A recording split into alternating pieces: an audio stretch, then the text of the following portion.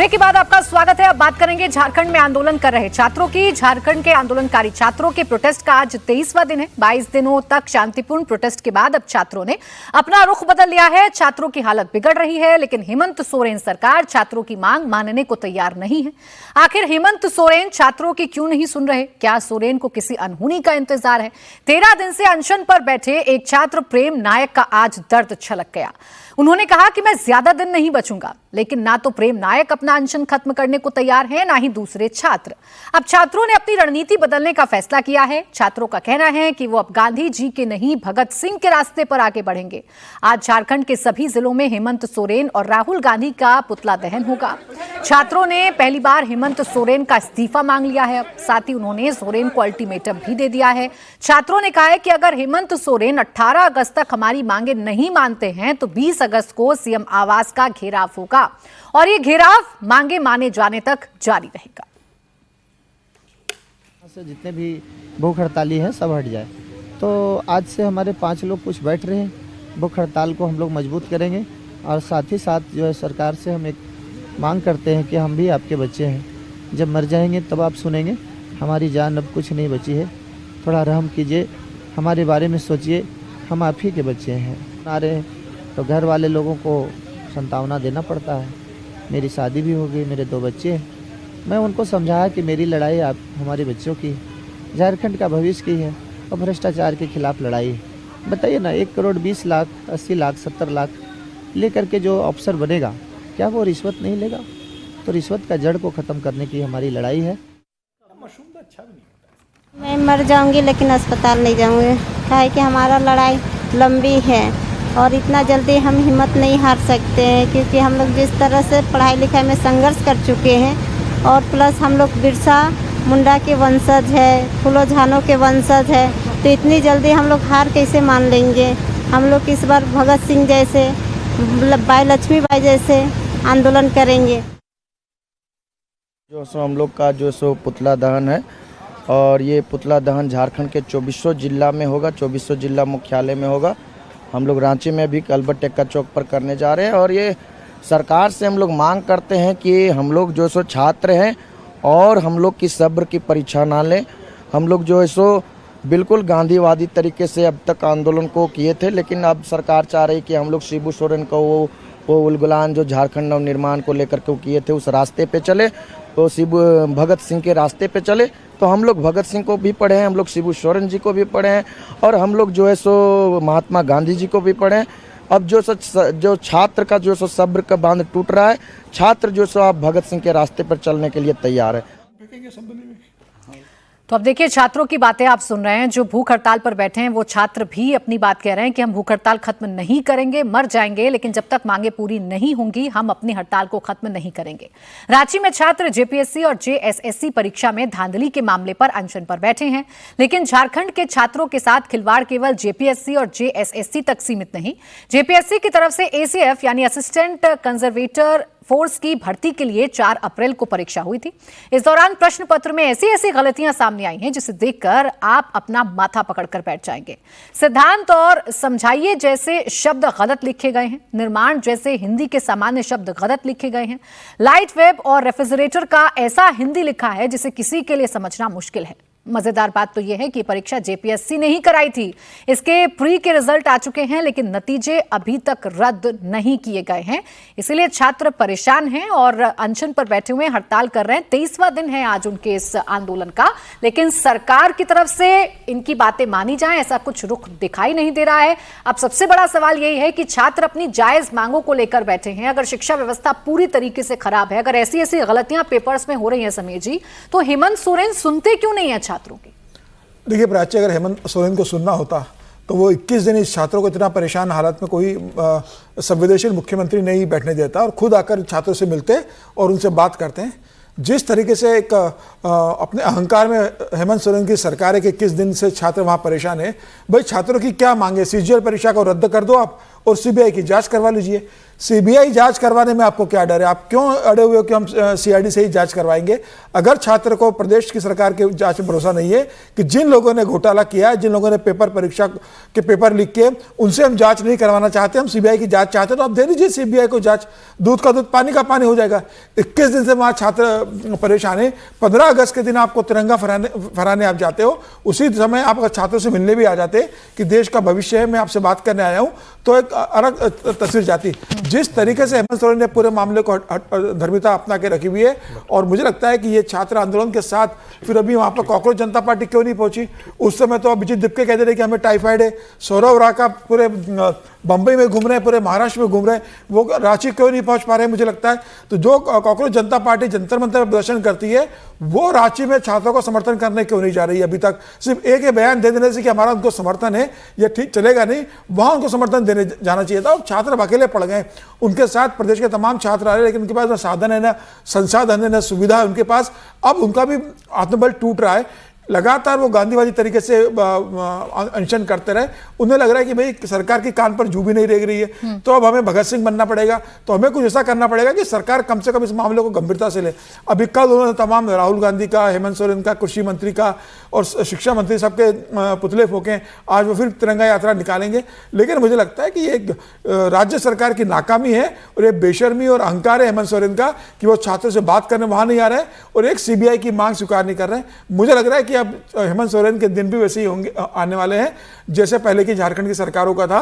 हेमंत सोरेन दूसरी बार सरकार बना लिए, लेकिन अगर वो छात्रों का ऐसा ही रुख अख्तियार करेंगे तो इसका खामियाजा। और राहुल गांधी सरकार में शामिल है। जो राहुल गांधी जंतर मंतर के लिए इतना एग्रेसिव हो गए, प्रधानमंत्री मोदी के घर का घेराव चलने गए, वो राहुल गांधी ने कहा अपने मंत्री से इस्तीफा लिया झारखंड में। क्या वो राहुल गांधी ने कहा कि मैं सरकार से समर्थन वापस ले लूंगा?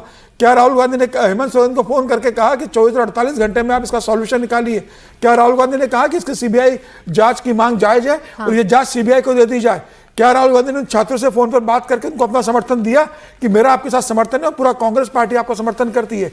तो मुझे लगता है कि देश की जनता भी ये दोहरा चरित्र देख रही है कि किस तरीके से कांग्रेस ने जंतर मंतर को एक राजनीतिक हथियार बनाने की कोशिश की और उसके बाद झारखंड को लेकर किस तरीके से कांग्रेस ने चुप्पी साध दी है।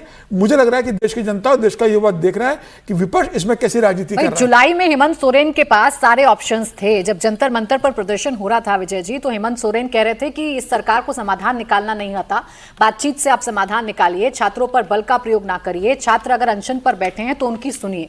लेकिन जब अपने राज्य में छात्र अनशन पर बैठे हैं, जो 13 दिन से अनशन पर बैठी ये छात्रा है और प्रेम नायक है, उनका दर्द सुनकर भी क्या सीएम हेमंत सोरेन का जो सीना है वो पसीजता नहीं है? क्या उनको नहीं दिखता कि उनका धर्म क्या है? उनको बातचीत करनी चाहिए, इनकी बातों को मानना चाहिए? ये बहुत गंभीर मसला हम लोग कई बार चर्चा कर चुके हैं और फिर कभी कभी लगता है कि जो अब वो ज़माना चला गया कि आप शांतिपूर्ण तरीके से गांधीवादी रास्ते का जैसे वो जिक्र कर रहे हैं बच्चे लोग, उस आंदोलन का ज़माना ही नहीं बचा। जब तक तोड़ फोड़ ना हो, जैसे उस दिन विधानसभा के बाहर हम लोग यहाँ चर्चा कर रहे थे कि वो बाहर तक पहुँच गए थे, चले जाते अंदर तब शायद सुनते या कुछ तोड़फोड़ हो जाती। मैं उसको सपोर्ट नहीं कर रहा क्योंकि मैं तोड़फोड़, लेकिन 15-20 दिन से वो बच्चे लोग वहाँ पर बैठे हुए हैं और उनके एक शांतिपूर्ण तरीके से बातों को कर रहे हैं। और मैं पता नहीं हेमंत सोरेन हो या कोई भी हो, ये सरकारों का ये जो अहंकार है कि हम क्यों बात करने जाएं, आप हैं तो उन्हीं की वजह से ना सरकार में, तो ये जो अहंकार है वो इसका नतीजा भुगतना पड़ता है सरकारों को। और हेमंत सोरेन को तो और ये इतना कोई ऐसा मामला नहीं हो रहा था, जो सारे लोग हैं उनके खिलाफ आपने जांच भी शुरू की है, सोकॉल अरेस्ट भी करवाया है, तो फिर उसको आगे बढ़कर उस मांग पर काम करना चाहिए और जल्दी से जल्दी उस पर फैसला करना चाहिए। हेमंत सोरेन को अब तो इतना वक्त हो गया कि अब मंत्रियों की जरूरत नहीं है। अब हेमंत सोरेन एक बार खुद आकर भी कहते कि मैं इसको भरोसा दिलाऊंगा आपको कि मैं सब चीज़ ठीक करूंगा, तो ख़त्म हो जाना चाहिए। लेकिन सरकारों की हमारी आदत, हमारे राजनीतिक दलों की आदत यही होती है, चाहे वो चीफ मिनिस्टर्स हों, चाहे मिनिस्टर्स हों, तमाम तरीके के लोग, और फिर इसीलिए होता है कि आंदोलन वायलेंस की तरफ मुड़ता जाता है। इसीलिए होता है ना, क्योंकि आप शांति से कोई बात नहीं सुन रहे तो कोई ना कोई रास्ता तो निकालेंगे। क्या आप बच्चों को मरने देना चाहते हैं? यही सवाल है कि आप किसी अनहोनी का इंतजार कर रहे हैं क्या? वहां बच्चे 13 दिन से भूख हड़ताल पर बैठे हुए हैं, उनकी हालत बिगड़ रही है, कई को हॉस्पिटल कई बार लेकर जाया जा चुका है। आप किस चीज का इंतजार कर रहे हैं? मुख्यमंत्री का पद क्या इतना बड़ा है कि आप छात्रों से झुककर बात नहीं कर सकते हैं, आप उनका समाधान नहीं निकाल सकते हैं? हर्षवर्धन जी। देखिए प्राची, पहली बात तो ये कि निकालने की समाधान कोई मंशा है नहीं, और उससे आगे की बात मैं अब कह रहा हूं, समाधान निकालने की स्थिति में हेमंत सोरेन नहीं। यहां चूंकि सरकार केंद्र में एक शिक्षा मंत्री का त्यागपत्र मांगा जा रहा था, परीक्षा वो करा चुके थे, उनके ऊपर कोई सीधा आरोप नहीं था कि आपने पूरे के पूरे पेपर, नौकरियां सब बेच दिए। वहां क्या मसला है? वहां सीधा आरोप सरकार के ऊपर लग रहा है कि 20 लाख से 1.5 करोड़ में अलग अलग नौकरियां बेची जाती हैं। अगर सीबीआई की जांच होगी तो सीधे उसके तार हेमंत सोरेन तक जाएंगे, ऐसा लोग आरोप लगा रहे हैं। अब कोई मुख्यमंत्री भला अपनी बलि स्वयं क्यों लेगा? और मैं तो इन जो बच्चे हैं वहां, इनसे आग्रह कर रहा हूं, बहुत हाथ जोड़कर निवेदन कर रहा हूं कि आप लोग ये जो अनशन वाला हिस्सा इसको बंद कर दीजिए। ठीक है, मतलब ना भगत सिंह बनिए ना गांधी बनिए, आप बनिए, आंदोलन खुद ही बड़ा हो जाएगा। आज ये भी जरूरत नहीं कि बम फेंकने की और सब आपकी आवाज हम लोग सुना रहे हैं, उसकी जरूरत नहीं है कि वो किया जाए। ना भगत सिंह बनने की जरूरत है ना गांधी बनने की जरूरत है, लेकिन अपनी बात तो मजबूती से कहने की जरूरत पड़ेगी। क्योंकि जब आप अनशन पे बैठ रहे होते हैं और सभी बच्चों का वजन कम हो रहा है, तबीयत खराब हो रही है, आप जरा सोचिए ना आपके घर परिवार आसपास उनके ऊपर क्या बीत रही होगी। और सरकार में बैठा व्यक्ति तो वो आपको सिर्फ ये सोच रहा है कि आज नहीं तो कल ये हट जाएंगे। 3 बार 4 बार प्रशासन की तरफ से बड़े गंदे तरीके से कोशिश हो चुकी है कि इनको हटा दिया जाए, इनका सब खत्म कर दिया। रात के अंधेरे में हेमंत सोरेन सरकार लाठी चलवा चुकी है। मैं ये कहूंगा आप लोग बैठिए, आंदोलन पूरी ताकत से करिए। देश आपको देख रहा है और देश आपको दिखा भी रहा है, देश आपकी चर्चा कर रहा है, लेकिन अनशन से इसलिए वापस आइए क्योंकि आप अपना नुकसान कर बैठेंगे। हेमंत सोरेन का कोई नुकसान नहीं होने वाला है, सरकारों का कोई नुकसान नहीं होने वाला है। आपका नुकसान होगा तो उसकी भरपाई नहीं हो सकती। मैं फिर कह रहा हूं, हेमंत सोरेन के ऊपर जो आरोप लगे हैं, अब लगता है कि वो आरोप कुछ गंभीर है, जिसकी वजह से वो सीबीआई जांच नहीं करा रहा। अब जो बच्चों के लिए एक बात मैं कहना चाहता हूँ कि लड़ाई जो है ना, शहीद होने के लिए नहीं, जीतने के लिए लड़ी जाए। उसकी यदि रणनीति बदलनी हो, कुछ करना हो, मतलब बिना वायलेंस के, लेकिन जरूरी नहीं अनशन पर बैठ के क्यों मरना है। जो सरकारें नहीं सुनती हूँ तो आप अपनी रणनीति को बदलकर कुछ और काम करके करना चाहिए। लड़ाई जीतने के लिए लड़े, मरने के लिए नहीं लड़े, शहीद होने के लिए नहीं लड़े। शहीद होने वाला बात मैं उसको सपोर्ट नहीं करता हूँ। ऑप्शन सरकार ने संगीत जी छोड़ा का इन छात्रों के सामने, आप बात नहीं कर रहे हैं। विधानसभा का घेराव होता है तो रात के अंधेरे में आप लाठी चार्ज कर देते हैं। कई बार अधिकारी पहुंचते हैं एक रात में, स्ट्रीट लाइट बंद कर देते हैं, छात्रों के गुटों में बंटवारा करने की कोशिश करते हैं। अब छात्र करें तो करें क्या? देखिए, इस आंदोलन के साथ यदि शबाना आजमी खड़ी होती, स्वरा भास्कर खड़ी होती, आतंकियों को जो पालित पोषित करते हैं ऐसे लोग खड़े होते, जो लोग कहते हैं कि संसद इस देश के लोकतंत्र का निर्णय नहीं करेगा, सड़क इस देश का लोकतंत्र निर्णय करेगा, उन सभी को मैं गूंगा और बहरा देख रहा हूँ। उन बहरे लोगों को, उन गूंगे लोगों को जो छिपे तौर पर अर्बन नक्सली हैं, उनको यह आंदोलन एक्सपोज करता है। ये आंदोलन एक्सपोज करता है उन तेलचट्टों को भी जो कहते थे कि लड़ाई शिक्षा के लिए है, शिक्षा सुधार के लिए है। और वाकई ये सही है कि ये नौकरी बेचने का मुद्दा है, और ये कोई पहली बार हो रहा है वहाँ पर, ऐसा नहीं है, बहुत वर्षों से वहाँ हो रहा है। जब से हेमंत सरकार है वहाँ पर, तब से ऐसे शिक्षा पर आरोप लगे हैं। और क्या पता राहुल गांधी के जो पार्टी है उनके विधायकों तक ये जाता हो, उनके गिरोह के लोगों तक जाता हो। तो इसलिए कांग्रेस कहती है कि हमने, राहुल गांधी कहते हैं कि हम तो वहाँ पर पुलिस कार्रवाई को हमने खराब कहा है, हम उससे सहमत नहीं है। आप तो सरकार में हैं, आपके 4 मंत्री हैं वहाँ पर सरकार में, आप छोड़िए, कुछ नहीं, सरकार से विड्रॉ मत कीजिए, इतनी हैसियत नहीं है आपकी, इतनी हिम्मत नहीं है, नहीं तो कांग्रेस की हालत झारखंड में वही हो जाएगी जो आज उत्तर प्रदेश और बिहार में है। तो कम से कम इतना तो हो सकता था कि उनके जो विधायक है वो तख्तियां लेकर के विधानसभा के बाहर आ जाते। उनके विधायक आ करके कहते हो छात्रों के साथ, आप नहीं यहां से जा रहे थे क्योंकि आपका चेहरा एक्सपोज हो चुका है। तिलचट्टे वहां पर नहीं जा रहे थे क्योंकि उनको पता है कि उनको सिर्फ आंदोलन कहां करना है, तो भारतीय जनता पार्टी शासित राज्यों में आंदोलन करना है, या भारतीय जनता पार्टी जो केंद्र की सरकार है उसके खिलाफ आंदोलन करना है।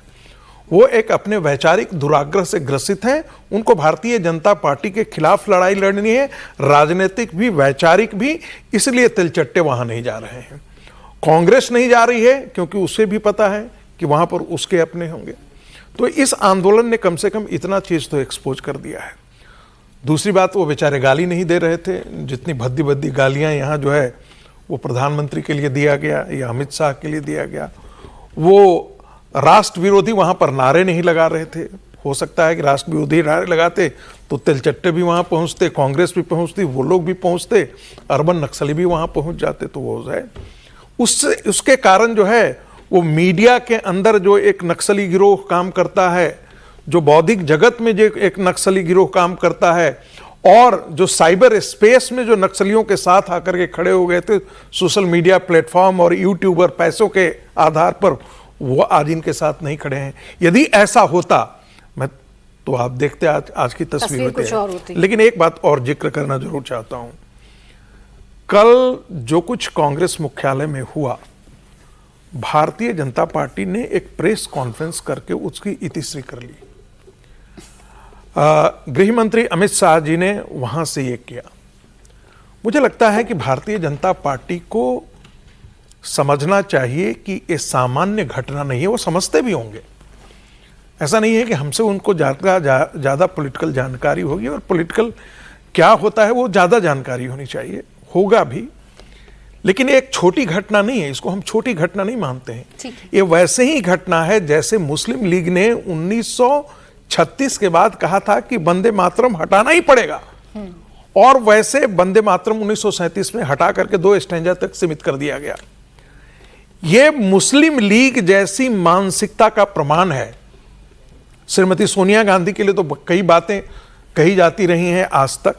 सर क्या करेगी इस पर? एक मिनट सुन लीजिए, मैं बता रहा हूं क्या करना है। सरकार क्या करेगी वो तो मुझे लगता है सरकार क्या करेगी, FIR करेगी, कोर्ट में घिसटेगी, वो तो अलग है। ये एक राजनीतिक लड़ाई लड़ने को जो है, आज भारतीय जनता पार्टी को कम से कम हजारों समर्थकों के साथ आज सोनिया और राहुल के दरवाजे पर घेर करके उनको पूछना चाहिए, देश से इस्तीफा मांगो। कल की इतनी ये रिचुअल जो कुछ भी किया है अभी तक भारतीय जनता पार्टी ने, वो एक दैनिक रिचुअल है। जैसे सामने में हम प्रेस कॉन्फ्रेंस देखिए 15 अगस्त की इतनी बात कर रहे हैं तो एक लाइन में बोल दूं, प्रोफेसर झारखंड के मसले पे प्रोफेसर साहब ने जितनी बात बोली मैं उसमें शामिल हूँ, जितनी, क्योंकि जो लोग नहीं कर रहे आंदोलन, लेकिन जो नेहरू से राहुल गांधी तक हर दिन हर मिनट बोलने वाले झारखंड के सांसद हैं निशिकांत दुबे, वो क्यों चुप है? और भारतीय जनता पार्टी को तो किसी ने नहीं रोका, वो तो विपक्ष में बैठी हुई पार्टी है, वो क्यों नहीं खड़ी हो रही है हेमंत सोरेन के खिलाफ या इन बच्चों के खिलाफ? तख्तियां लेकर पहुंचे थे और सिर्फ राहुल दुबे साहब तो निशिकांत दुबे, वो राहुल पर सेंट्रिक ज्यादा रहते हैं, राहुल गांधी से उन्होंने सवाल पूछा था। अपने स्टेट पर तो सेंट्रिक हो, अपने स्टेट के बच्चों को तो देखें। अब देखिए बात करते हैं प्रधानमंत्री नरेंद्र मोदी की। कल के उनके बयान की, कल के उनके संबोधन की चर्चा हो ही रही है। उन्होंने एक और ऐलान किया, लाल किले की प्राचीर से बड़ा ऐलान किया। पीएम मोदी ने कहा कि आधुनिक समय की चुनौतियों से निपटने के लिए सिविल वॉलंटियर्स का बहुत बड़ा वाइब्रेंट नेटवर्क तैयार किया जाएगा। ये सिविल वॉलंटियर इमरजेंसी जैसे हालातों में लोगों की मदद करेंगे। के लिए से घोषणा कर रहा हूं कि हम आने वाले दिनों में सिविल डिफेंस का एक वाइब्रेंट नेटवर्क खड़ा करेंगे, आधुनिक व्यवस्थाओं से उनको परिचित कराएंगे, आधुनिक संकटों से नागरिकों को रक्षा करने की क्या व्यवस्था हो सकती है। एक बहुत बड़ा वॉलंटरी फोर्स सिविल डिफेंस का आधुनिक चुनौतियों को पार करने वाला हम बनाने वाले हैं। मेरे पे क्या हुआ? अब देखिए सिविल वॉलंटियर्स की बात जो प्रधानमंत्री ने की है, अब ये सिविल वॉलंटियर्स का क्या स्वरूप होगा, इनका क्या काम होगा, गांव-गांव में इनकी तैनाती होगी, या जिस तरीके से अपने देश में हालात कभी-कभी पैदा होते हैं, उन हालातों से निपटने के लिए सिविल वॉलंटियर्स की तैनाती होगी, इसका स्वरूप क्या समझ में आ रहा है समीर जी आपको? देखिए मुझे लगता है कि देश का प्रधानमंत्री हो तो ऐसा होना चाहिए कि सिविल वॉलंटियर्स को लेकर उन्होंने जिस तरीके से बताया कि सिर्फ वो सरकार चलाने की चिंता नहीं करते, वो समाज के अंदर किस तरीके से समाज मजबूत है उसकी भी चिंता करते। ये प्रधानमंत्री मोदी ने समाज को संदेश देने की कोशिश की है कि सारा काम सरकार के माध्यम से नहीं हो सकता, सारा काम पुलिस और प्रशासन नहीं कर सकती, समाज को भी इसके लिए आना होगा। और मुझे लगता है कि सिविल वॉलंटियर्स के माध्यम से समाज के अंदर लोगों को जागरूक करना, उनके अधिकारों के बारे में बताना, और असामाजिक तत्व अगर कहीं पर है तो उनको आइडेंटिफाइड करना, का भी काम होगा। अब इसका पूरा विस्तार कैसे आएगा, राज्य सरकारें कैसे करती, खबर ये आ रही है कि योगी आदित्यनाथ ने इसको बहुत गंभीरता से लिया है कल, और उन्होंने इसके संदर्भ में अधिकारियों से कहा है कि सिविल वॉलंटियर्स को कैसे हम उत्तर प्रदेश के अंदर अपने जिलों में एस्टेब्लिश कर सकते हैं, कैसे उनको साथ साधन संसाधन और सुविधाएं दे सकते हैं, क्या उसमें राज्य सरकार की भूमिका होगी, क्या सोसाइटी की भूमिका होगी, क्या बाकी किस तरीके से उनको अपन एस्टेब्लिश कर सकते हैं, उस पर चर्चा शुरू हो गई है। तो मुझे लग रहा है कि आने वाले दिनों में उत्तर प्रदेश पहला राज्य होगा जहां बड़े स्तर पर सिविल वॉलंटियर्स की हमें तैनाती दिखेगी। जरूरत क्यों आन पड़ी, इसका जिक्र क्यों किया गया? नहीं, मुझे लगता है कि प्रधानमंत्री इसलिए कि भारत इतना बड़ा देश है और हर काम सिर्फ ये सोच लेना कि सरकार कर देगी, हर काम पुलिस कर देगी, हर काम कोई संस्था कर देगी। तो प्रधानमंत्री ने कहा कि भाई इसे थोड़ा डाइवर्सिफाइड कीजिए, सिविल वॉलंटियर्स होंगे तो तमाम चीजें उनके माध्यम के होगी और उनको जो समाज की चीजें पता होंगी वो सरकार से कोऑर्डिनेट भी कर सकते हैं और कई चीजें वो मध्यस्थता की भूमिका भी निभा सकते हैं। ओवरऑल सरकार की एक कोशिश है कि भाई जनता का पार्टिसिपेशन भी हो, सोसाइटी में लोगों की भी एक जिम्मेदारी है, वो भी अपनी जिम्मेदारी का निर्वहन करे। तो वो कैसे करे, तो सिविल सोसाइटी बनाकर सिविल सोसाइटी में ऐसे लोगों को जोड़ा जाए जो समाज के प्रभावशाली लोग हो, जिनका समाज में सम्मान हो, जिनकी बात सुनी जाती हो, जो आसपास के सोसाइटी को, लोगों को, अपने मोहल्ले को और शहर को बेहतर समझते हो। तो वो सरकार के साथ मिलकर, समाज के साथ मिलकर एक बेहतर सोसाइटी और समाज बनाने में भूमिका निभाए। यह प्रधानमंत्री मोदी का एक विचार है। अब इसको राज्य सरकार किस तरीके से आगे लेकर जाती है, यह देखने वाली बात होगी। जिस तरीके से बाकी देशों में हम देखते हैं विजय जी, होम फ्रंट होता है, इजराइल की बात कर लें, होम फ्रंट है, क्या इसी तरीके की एक फोर्स तैयार करने की तैयारी है? मुझे कोई आइडिया नहीं है कि प्रधानमंत्री जी ने एक तो क्यों कहा है और उसका क्या स्वरूप होगा। जब तक स्वरूप सामने नहीं आए तब तक एक बेहतर नारे के तौर पर मैं उसको देखता हूँ। अभी एक साल पहले, कुछ समय पहले मैंने एक और बात सुनी थी कि हमारे पास ऐसा संगठन है जो 3 घंटे में सेना के तौर पर खड़ा हो सकता है। तो ऐसे स्लोगन्स चलते रहते हैं लाल किले से। उसका स्वरूप जब सामने आए कि कैसे सरकार के या प्रधानमंत्री जी के दिमाग में है कि सिविल वॉलंटियर्स को क्या तो डिजाइन होगा, क्या हो सकता है, क्या वो एक पॉलिटिकल फोर्स के तौर पर देख रहे हैं। जैसे एक पॉलिटिकल फोर्स को मैं प्रधानमंत्री जी की, आम आदमी पार्टी की सरकार थी तो उन्होंने सिविल वॉलंटियर्स के नाम पे अपने पूरे कार्यकर्ताओं की एक पूरी टीम खड़ी कर ली थी। तो वो आइडिया है सिविल वॉलंटियर्स कैसे होंगे। जो हमारे यहाँ सिविल डिफेंस सिस्टम है वो काम कर रहा है कि नहीं कर रहा है, पुलिस काम कर रही है कि नहीं कर रही है, तो क्या उनके दिमाग में है, ये मुझे अभी बहुत क्लैरिटी नहीं है उस बात को लेकर। आपको क्लैरिटी है संगीत जी? देखिए, क्लैरिटी तो नहीं है अभी, चूँकि उसका फ्रेमवर्क पता नहीं लगा है और स्ट्रक्चर भी पता नहीं लगा है, तब तक तो ऐसे ही बात की जा सकती है। लेकिन जब जंतर मंतर पर आंदोलन हुआ था तो एक बात मैंने सुनी थी, वो किरण बेदी ने कहा टेलीविज़न पर कि जितने भी पुलिस फोर्स हैं, दिल्ली पुलिस फोर्स के पास भी सिविल डिफेंस सिस्टम है। कायदे से लाठी वाले से पहले उस सिविल डिफेंस सिस्टम को लगा लेना चाहिए था। दूसरी बात, पहले होता क्या था कि पंचायतों के अंदर सिविल डिफेंस फोर्स होते थे जो रात्रि के पहर पहले गांव में चोरी वोरी हो जाया करती थी, डकैती हो जाया करती थी, पहरेदारी करते थे, तो पहरेदारी का काम करते थे। एक प्रकार का वो सुरक्षा कवच देते थे रात्रि के दौरान गांव में। क्या जो विजय जी कह रहे हैं वह भी एक स्वरूप हो सकता है और उनकी एक सैलरी बांधी जा सकती है कि मासिक सैलरी उनकी हो जाए। मान लेते हैं देश के अंदर ऐसे 2 करोड़ युवा हों जिसमें महिलाएं भी हों और पुरुष भी हों, 2 करोड़ हो, 4 करोड़ हो, उनको 10,000 प्रति माह के ये से या 20,000 रुपये से दे करके, अब मुझे नहीं मालूम है कि वो कितना हो सकता है आंकड़ा, लेकिन क्या इसी प्रकार से गांव से लेकर के ब्लॉक तक का एक इस प्रकार का डिफेंस फोर्स बनाने की हो जिसमें इस प्रकार के जैसे आप लाठी चला देते हैं, उससे पहले उनको समझाने का, बुझाने का, रोकने का जो भी प्रयास हो सकता है जो अहिंसक हो, क्या उस प्रकार इसका क्या स्वरूप होगा, ये तो आने वाले वक्त में ही पता चलेगा। होमगार्ड सिस्टम हमारे यहाँ चल रहा है वैसे, ये क्यों कहा, ये आने वाले वक्त में ही पता चलेगा। इसे कैसे एग्जीक्यूट किया जाता है, ये सरकार क्या फैसले लेती है, ये देखने वाली बात है।